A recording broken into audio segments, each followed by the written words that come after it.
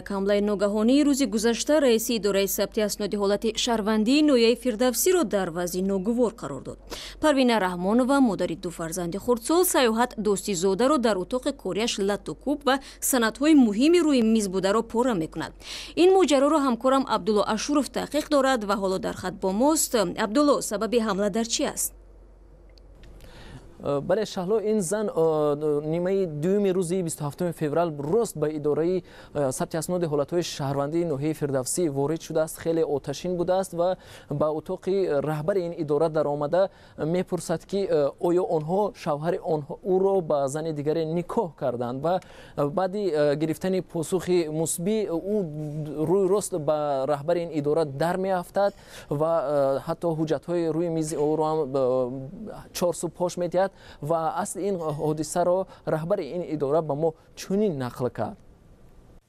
номаш Парвина буд. ҳамон ҳуҷҷатҳое ки дар дасташ буд, ҳамиҷа мо рӯи вай ҳуҷҷатҳо дидем ки номаш Парвина будааст. мо вай намедонистем, намешинохтем.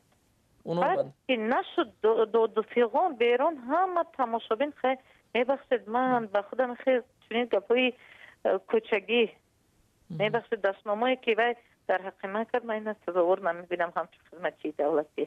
و به حد نسبت من گپای ناجوز است. حجتای من وای کرده ها بالای استولی منم خیلی قضیه زده و در بالای استولم دو فیغان کده شپید دست داشت قطعی شپم کرد. وقتی که حجت قپیدم حجت اینجا حجتای وای هست که بالای میزنده حجتایی که من باید به قید گیرم و حسابات داشتیم. همون اگر که قپم گفتم دستم کنده خونشور کرد.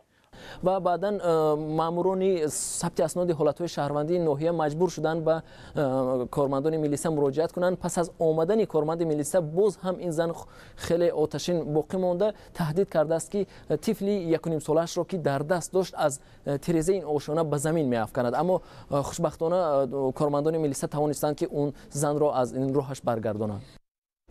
عبدالله، بالاخره معلوم شد که شوهر این زن واقعا همسر دوم داشته است یا اینکه فرزند مشترک آنها در نتیجه رابطه غیر مشروع و یا دقیق تر گویم تصادفی به دنیا آمده است.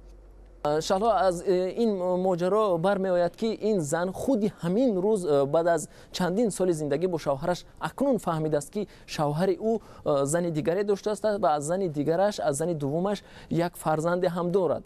این زن